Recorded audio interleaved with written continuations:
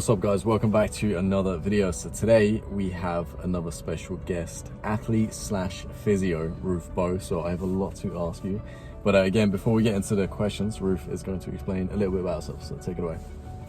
Nice. Well, I'm Ruth, so I'm from Wexford, and that's how I suppose I got in touch with Mark and learned about the brand Face the Fear as well. But I'm currently now based over in the UK in Wales, and that's where I'm working at the moment. So I'm, as Mark said, a physio. I'm working in professional sport with a rugby team at the moment. Before that I was in pro football, and then before that I was in kind of more multi-sport environments.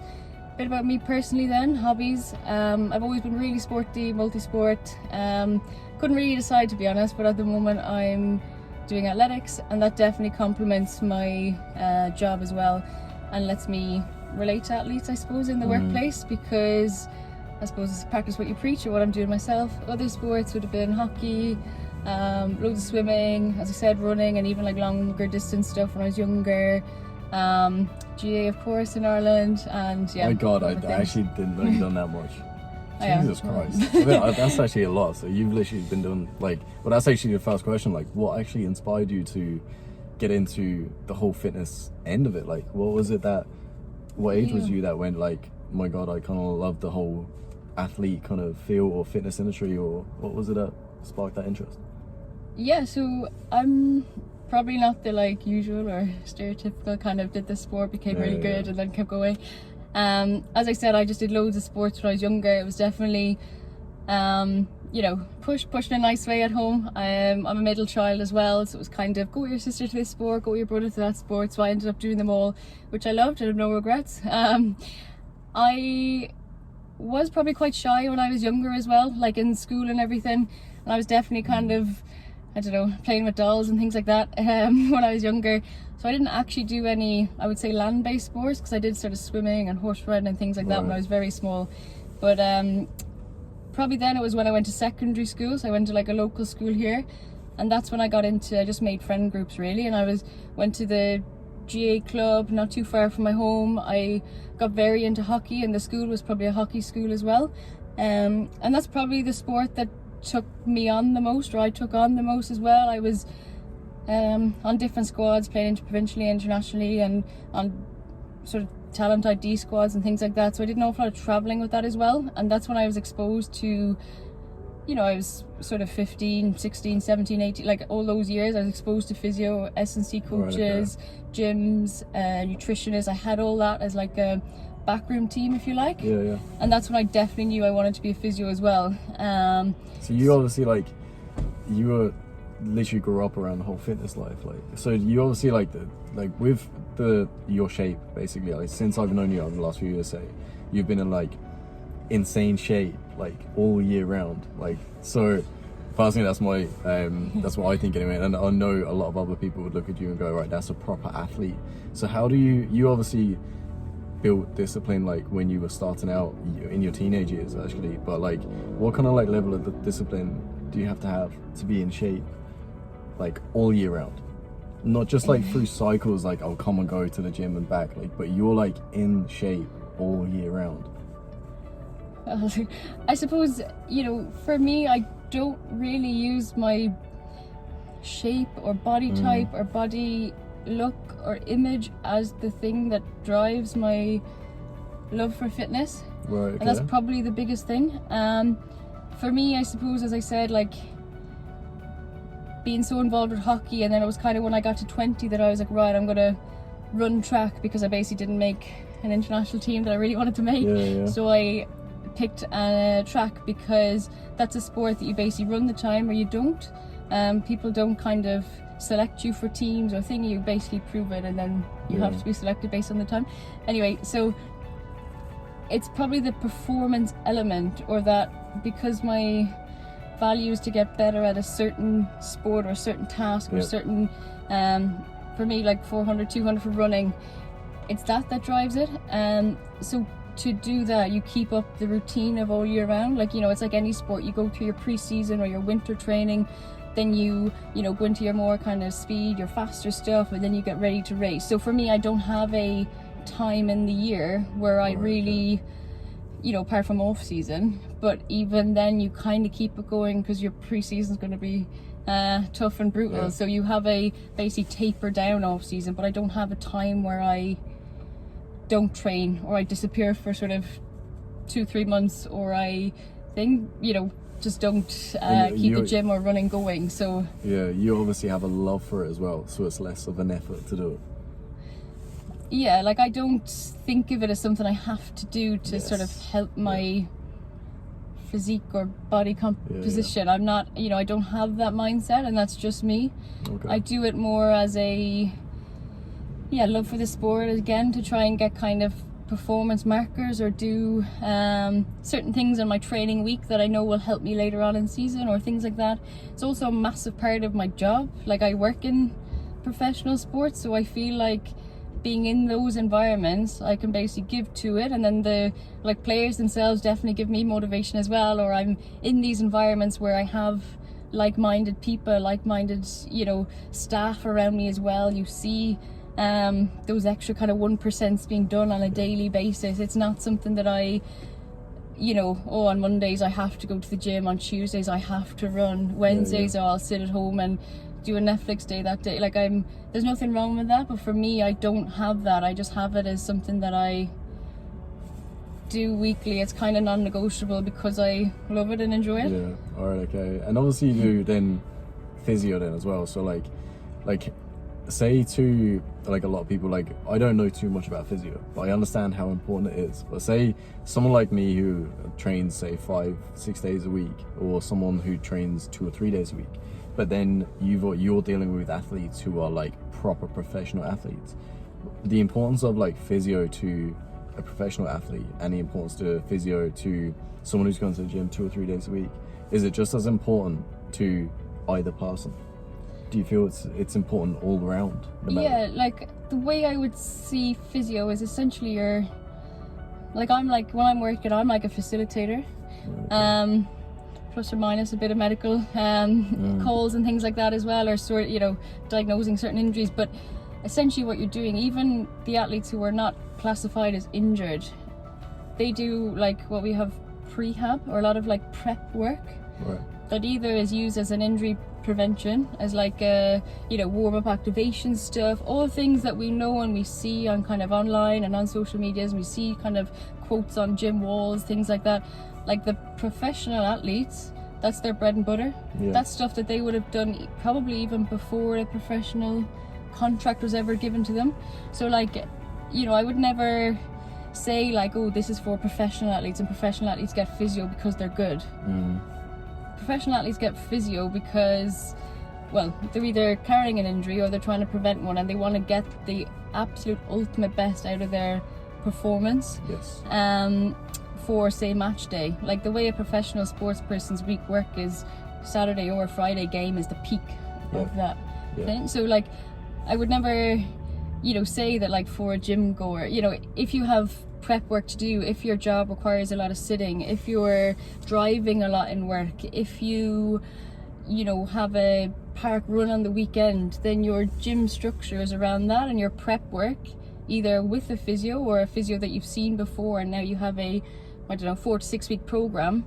It's basically, you're just putting in value into yourself. You know, that's essentially what athletes do. Yeah, and like, obviously you're surrounding yourself with athletes every single day. So this is something that I personally want to know is like, obviously different industries, some industries you don't have to be in shape. It doesn't require, you don't need to be working out. But the fitness industry or being a physio, yourself, like you have to maintain probably a standard within yourself to be able to treat certain people. But like the type of mindset that these athletes have, like what do you see in these people who are out on the pitch, like where the diet, the training, the mindset, everything comes down to, like what separates them from other people that you could interact with to get to that level of being out on the pitch? So yeah, I would say for like the professional athletes I work, they essentially come to work and they have their, you know, breakfast, lunch and dinner and work. They'll have the chats, like meetings with nutritionists regularly. They'll have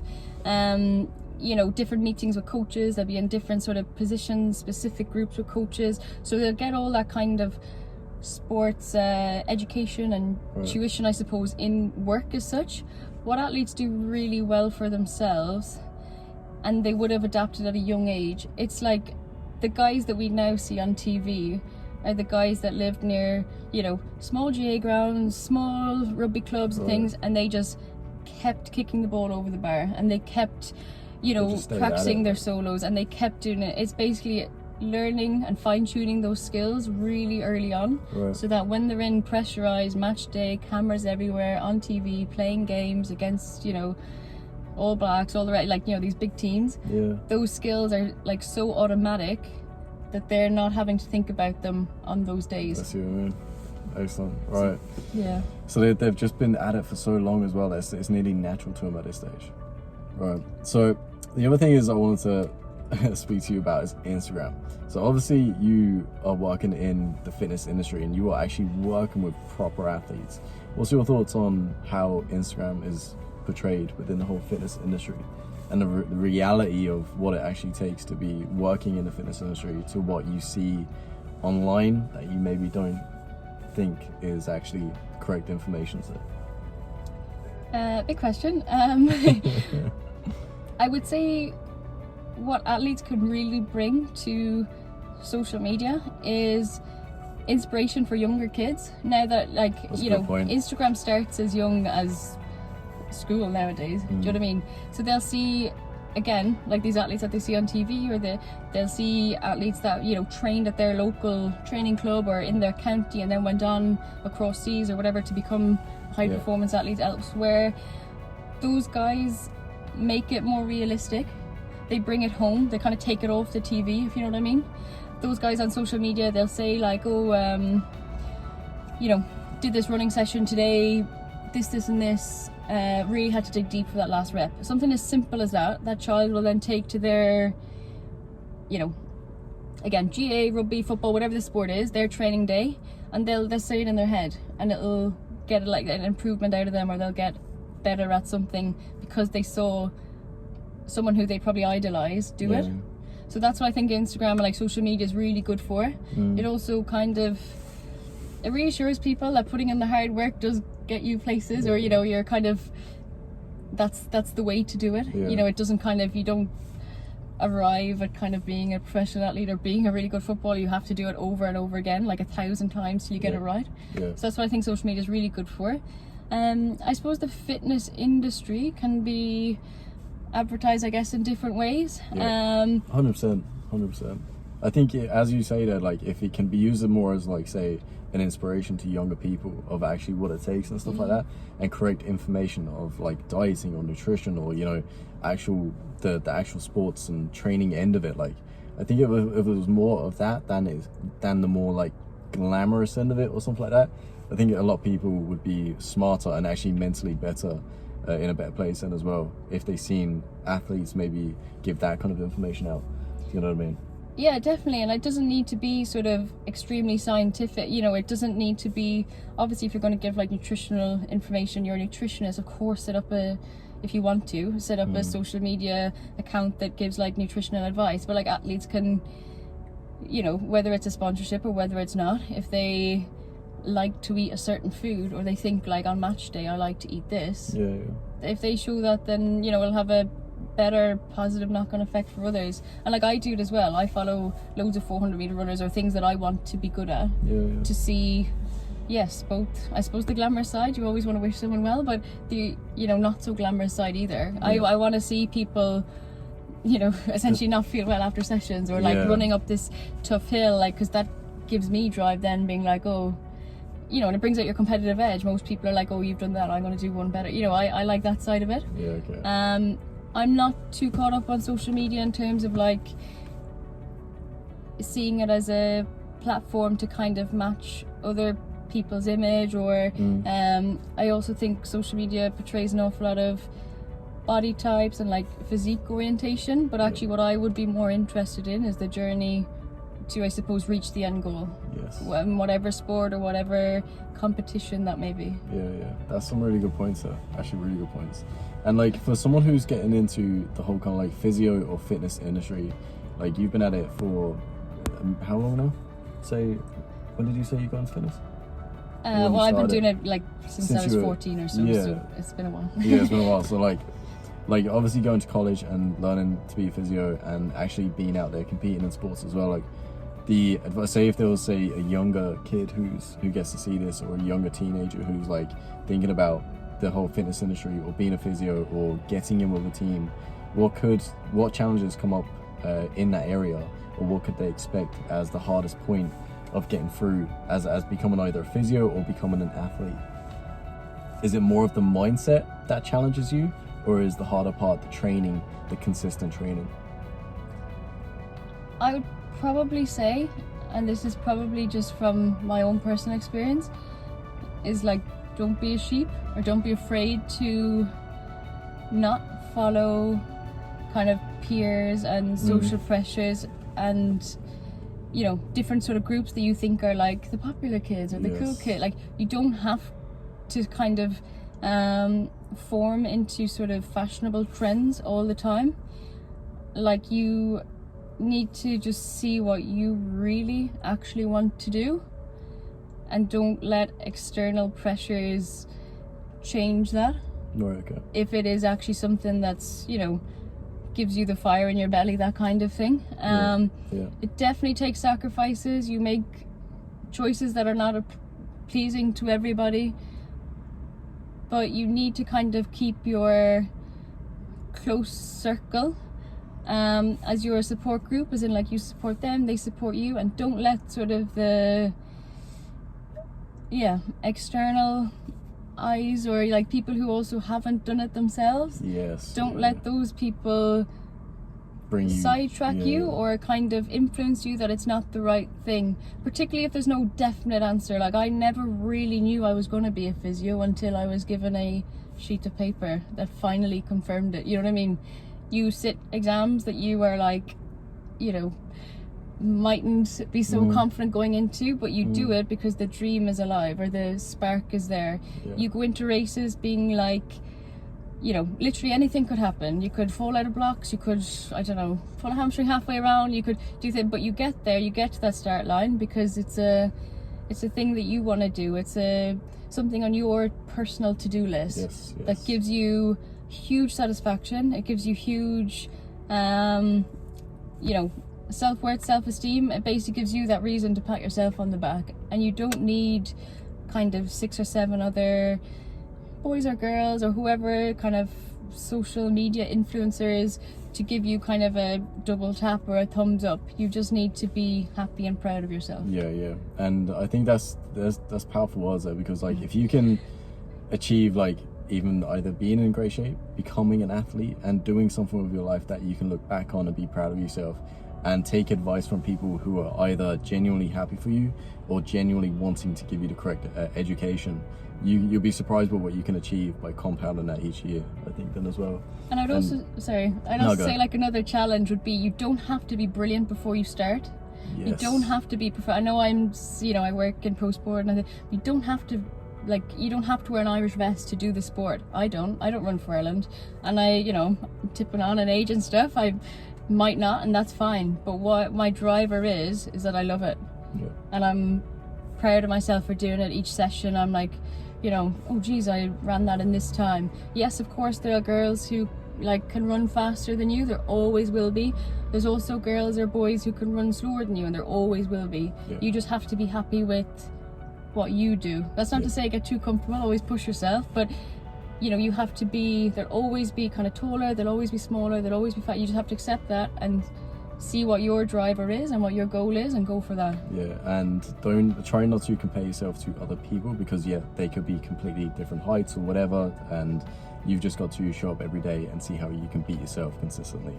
So that's something that I do anyway. But jeez, that's 20 minutes already. I know. Right. Oh my god, we could have went on for a lot longer, but hopefully you got some valuable information, guys. Who knows, we could come back with another video as well, because there's a lot more I want to ask you as well. So other than that, hope you liked the video, guys. Give it a like if you can. Please hit that subscribe button, and who knows, we could be back with another video soon. Take it easy, guys. Thank you.